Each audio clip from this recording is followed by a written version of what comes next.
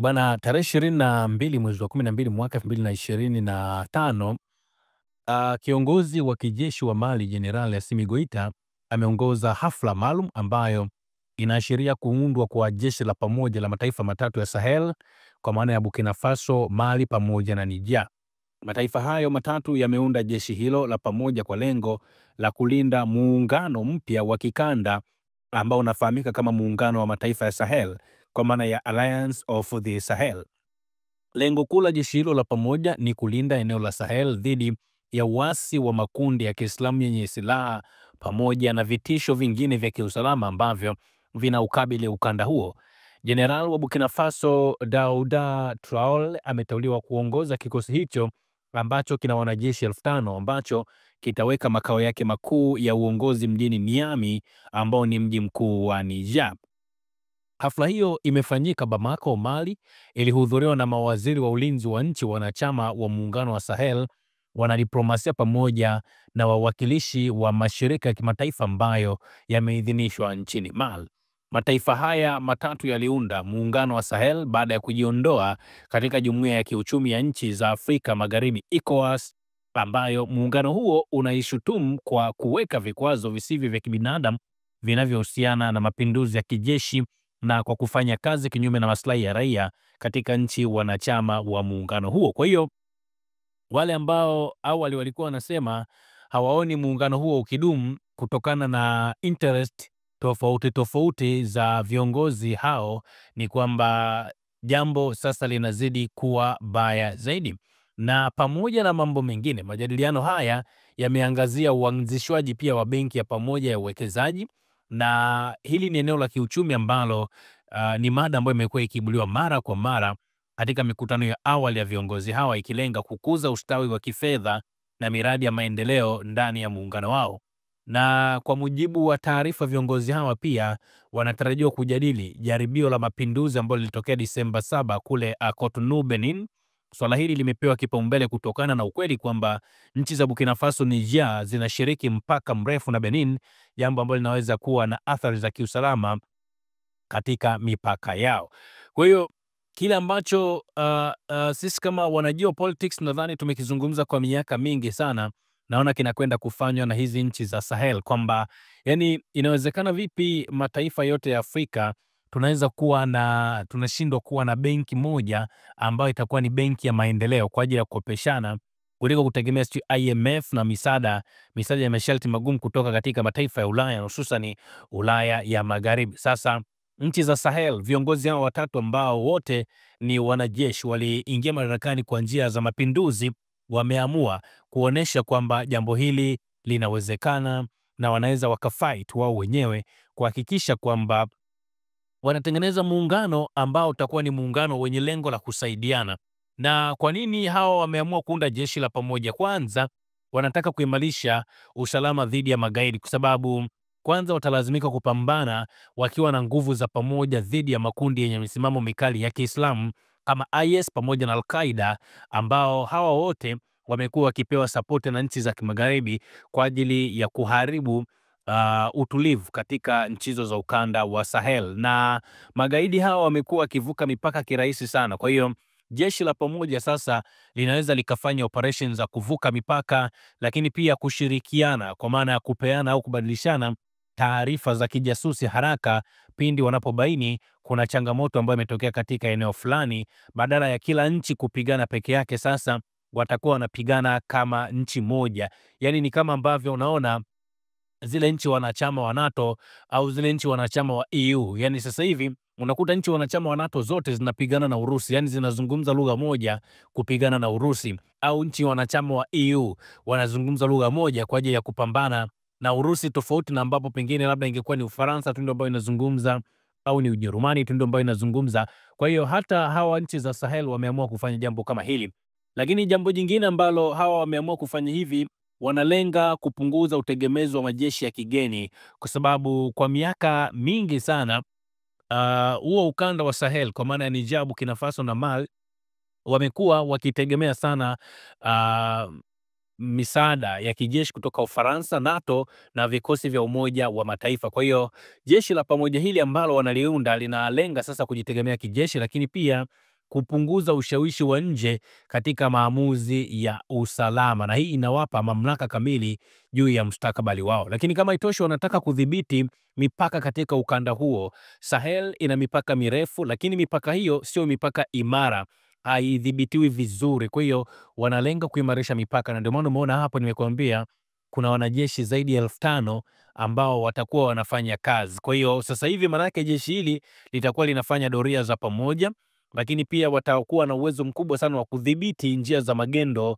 za silaha, dawa za kulevya, pamoja na usafirishaji haramu wa binadamu. Kwa hiyo itapunguza kwa kiasi kikubwa sana uhalifu wa kimataifa, na jambo jingine, itasaidia sana kupunguza gharama za majeshi yao, kwa sababu kwa hivi sasa manake watakuwa wanapata mafunzo pamoja, watakuwa wanakuwa na silaha za pamoja, lakini pia watakuwa na makao makuu ambayo ni Niamey, ambayo yatakuwa ni makao makuu ya uongozi. Kwa hiyo gharama hizi sasa zitakuwa zimegawanywa, badala ya kila taifa kuwa na gharama yake ya kiulinzi na mambo mengine, yani wao watakuwa na gharama ya aina moja. Nadhani sasa hivi hawa jamaa wameamua kuwa kama ilivyokuwa NATO, na hili ndilo ambalo tulikuwa tukilizungumza miaka mingi sana. Lengo la kuwa na jeshi la pamoja, kwanza ni wanahitaji sana kuwa imara, kwa sababu mataifa haya yote ya ukanda wa Sahel adui yao ni mmoja. Adui ni yule yule, yani adui ni Ufaransa, adui sijui ni Al-Qaeda, sijui ni ISIS, sijui Al-Qaeda, adui sijui ni Marekani, whatever the case. Lakini manake ni kwamba watafanikiwa sasa kupambana na adui yule yule ambaye anapewa support na nchi za kimagharibi na makundi ya kigaidi ambayo yamekuwa yakizunguka mipakani katika mataifa hayo. Manake sasa hivi sasa itakuwa ni rahisi sana kuwataondoa ule mgongano wa kimaslahi kati ya mataifa haya, na hivi sasa watakuwa wanazungumza lugha moja. Lakini unafahamu mataifa haya yote matatu yanaongozwa na wanajeshi. Kwa hiyo hivi sasa ni kwamba kutakuwa kuna maamuzi ya moja kwa moja ya kijeshi, kwa sababu wanajeshi wao wanaamini kwenye kutumia nguvu. Hakutakuwa na vikwazo vya kisiasa vya ndani kama ilivyokuwa serikali za kiraia. Sasa hivi wakiamua kwamba bwana, tunataka twende tukapambane na Al-Qaeda au ISIS eneo fulani, ni kwamba majeshi yanapelekwa moja kwa moja kwenda kufight. Lakini pia sasa hivi mnafahamu hizi nchi zote zilijiondoa kwenye ule muungano wa ECOWAS, na wao wakati huo walikuwa wanategemea sana ECOWAS pamoja na Ufaransa. Kwa hiyo maamuzi mengi sana sasa hivi yatakuwa yanafanyika kwa haraka sana. Kwa hiyo hizi nchi za ukanda wa Sahel naona zimefanya jambo la maana sana.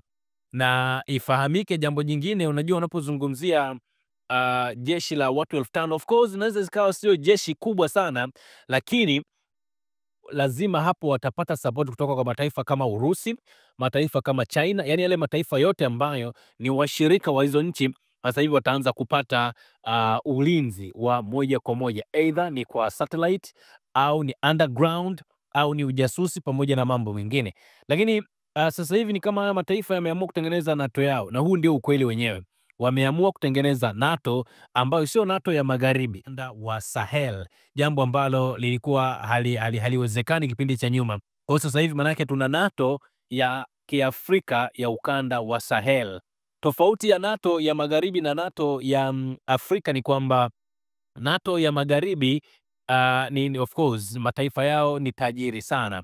Tofauti na NATO hii ya nchi za Sahel ni kwamba nchi zao bado haziko stable sana kiuchumi. Lakini pia NATO ya magharibi yenyewe inalinda Ulaya dhidi ya Urusi, wakati hii NATO ya Afrika inailinda Sahel dhidi ya magaidi. NATO ya magharibi yenyewe inaitegemea sana Marekani, wakati NATO ya Afrika yenyewe inajitegemea yenyewe, yani wanataka kujitegemea wao wenyewe.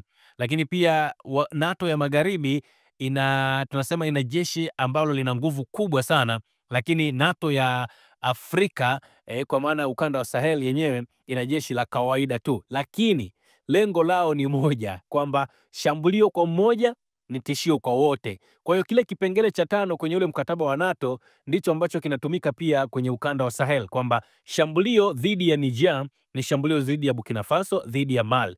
The same, shambulio dhidi ya nchi wanachama wa NATO, either kama ni shambulio dhidi ya ya Poland au ni shambulio dhidi ya Ufaransa au dhidi ya Ujerumani, litakuwa ni tangazo la kwamba mataifa yote wanachama wa NATO watakuwa wameshambuliwa. Ijapokuwa mpaka sasa hivi hakuna kifungu kama ilivyo kwa hiyo Article 5 kwenye ule mkataba wa NATO, lakini na hizi nchi za Sahel na zenyewe zipo, unajua wando wanaanza. Kwa hiyo manake the more wanavyozidi kuendelea, watakuwa wanabainisha kama kutakuwa kuna changamoto ambazo wanaziona, kama kutakuwa kuna fursa ambazo wanaziona, ndizo ambazo watakuwa wanazijadili for the time being. Kwa huu ndio ukweli, na mimi binafsi kama mwana geopolitics nipo very proud kwa hiki ambacho wamekifanya hao jamaa, na wamekifanya kwa sababu ndio kitu ambacho tulikuwa tunakilalamikia muda mrefu sana.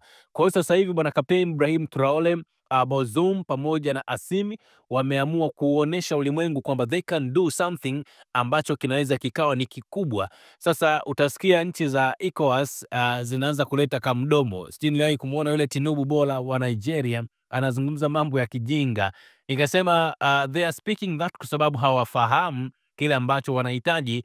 Sasa hivi kama Afrika tunahitaji kuwa na unity moja kali sana, kwa sababu mataifa mengi sana duniani sasa hivi yanatengeneza umoja, yanatengeneza coalition.